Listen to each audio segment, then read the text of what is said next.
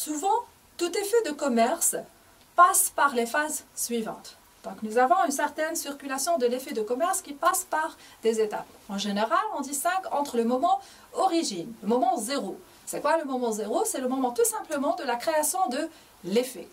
La date de l'échéance, qui est en général la date de paiement. C'est le terme, si vous voulez, de l'effet de commerce.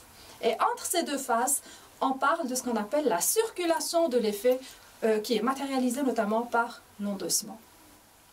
Alors, reprenons depuis le début. Nous avons le moment zéro, c'est la création de l'effet de commerce. Alors, comment il se manifeste? Alors, chez le fournisseur, la créance va se transformer en créance mobilisable. C'est-à-dire, pourquoi on parle de créance mobilisable? Parce qu'il est matérialisé par le transfert du compte client au compte client effet à recevoir. Pourquoi on passe du client au client effet à recevoir? Tout simplement parce que maintenant, on a un effet, on a une traite, une lettre de change, tout simplement sur ce client. Chez le client, cette dette se transforme et la comptabilité constate de la même manière le transfert du compte fournisseur au compte fournisseur effet à payer. Une fois créé, alors là, on va passer à la circulation, bien entendu. Une fois créés, les effets de commerce peuvent être endossés au profit des tiers, remis à l'escompte ou encore conservés jusqu'à leur encaissement. Alors, c'est quoi l'endossement? Le bénéficiaire de l'effet peut le transmettre à une personne, c'est-à-dire il peut payer à son tour ses fournisseurs, à qui il doit de l'argent au paiement de ses dettes notamment. Là, on parle de l'endossement. Ce changement donc passe par l'endossement à travers lequel on précise au verso de la lettre la mention « payé à ordre » et là, il suffira de dater et de signer l'effet de commerce. Les écritures comptables, comment ça se passe?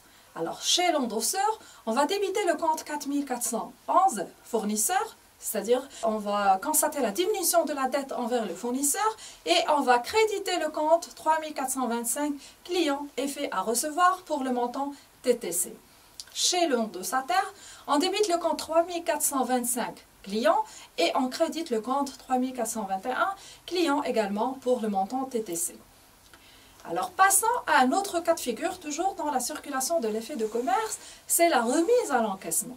La remise à l'encaissement, c'est dans quel cas? C'est dans le cas où on a besoin de l'argent, on a besoin de disponibilité dans l'immédiat et nous ne pouvons pas attendre le terme ou l'échéance de l'effet de commerce. Dans ce cas, on peut passer par notre banque et négocier. On parle de la négociation de l'effet de commerce auprès de notre banque. Donc, c'est comme si on va vendre notre effet de commerce à notre banque pour encaisser de l'argent immédiatement en attendant la date de l'échéance. Alors, la remise à l'escompte ou négociation de l'effet à la banque, c'est l'opération de céder un effet à un établissement financier avant la date d'échéance en contrepartie des agios dans l'objectif d'obtenir de la liquidité immédiate. Bien entendu, ce n'est pas gratuit. La contrepartie ou le gain de la banque pour lequel elle va accepter d'acheter cet effet de commerce dans l'immédiat, c'est tout simplement les agios. Maintenant, si l'on voudrait parler de l'aspect comptabilisation de cette opération de l'escompte, alors comment ça se passe? En fait, chez le fournisseur, qui est notamment le tireur, on va commencer par débiter le compte 5141 banque. Pour quel montant? Et pourquoi est-ce qu'on va débiter le compte banque? Parce qu'on va recevoir de l'argent dans l'immédiat. Donc, pour le fournisseur, il va vendre l'effet de commerce et il va encaisser de l'argent immédiatement de sa banque. Donc, son compte bancaire va être débité. Il va être débité pour la somme, valeur nominale, moins les agios. Parce que automatiquement, quand vous allez vendre l'effet de commerce, vous n'allez pas encaisser la valeur nominale au total. Parce que cette valeur nominale, vous allez l'encaisser à terme. Mais puisque vous avez fait le choix, ou vous avez besoin de disponibilité dans l'immédiat, vous avez fait le choix de céder ou de vendre votre effet de commerce, ce que vous allez recevoir, c'est la valeur nominale, mais diminuée des agios que la banque va prélever sur votre compte bancaire. Deuxième chose, on va constater les charges. Donc, on va débiter les charges que vous allez payer à la banque, notamment en termes d'agios. Là, on distingue en général entre les services bancaires et le compte 6147 qu'on va débiter. Pourquoi? Pour quelle somme? C'est pour la somme des commissions à payer. Et on va débiter le compte intérêt des emprunts et dettes, le compte 6311 pour le montant de l'escompte. Alors, c'est quoi l'escompte? C'est un peu le même principe que le calcul des intérêts. Donc, c'est la valeur nominale fois le taux fois la durée. Vous allez voir comment est-ce qu'on fait pour le calculer. Et on va constater, bien entendu, la TVA sur l'ensemble de ces charges, c'est-à-dire la TVA sur les agiots bancaires. La TVA sur les agiots étant de 10%, donc on va la débiter pour le compte 34 552 pour 10% sur le montant des agiots bancaires, notamment l'escompte et les commissions.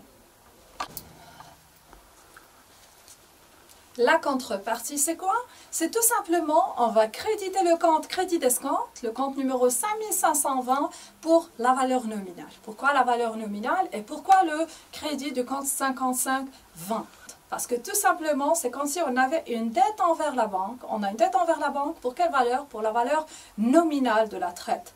Donc ce compte, il ne sera annulé qu'à la date d'échéance de l'effet de commerce, c'est-à-dire lorsque la banque sera payée sur son effet. Sinon, on va considérer qu'on a toujours cette dette envers la banque jusqu'à la date de l'échéance. C'est ce qui explique qu'on va créditer ce compte 5520.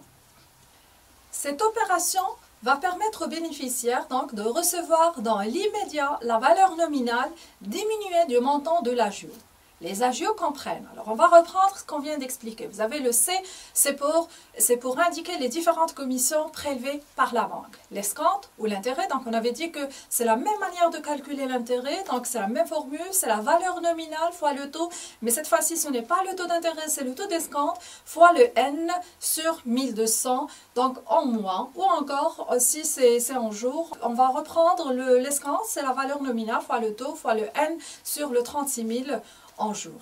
Avec l'AVN, c'est la valeur nominale, le T, c'est pour le taux d'escompte. Le N, c'est le nombre de jours qui s'écoulent entre la date de remise à l'escompte et la date d'échéance de la traite. Donc, c'est comme si la banque nous a donné un crédit sur cette période. La TVA, c'est 10% sur le E plus le C, c'est-à-dire l'escompte plus la commission.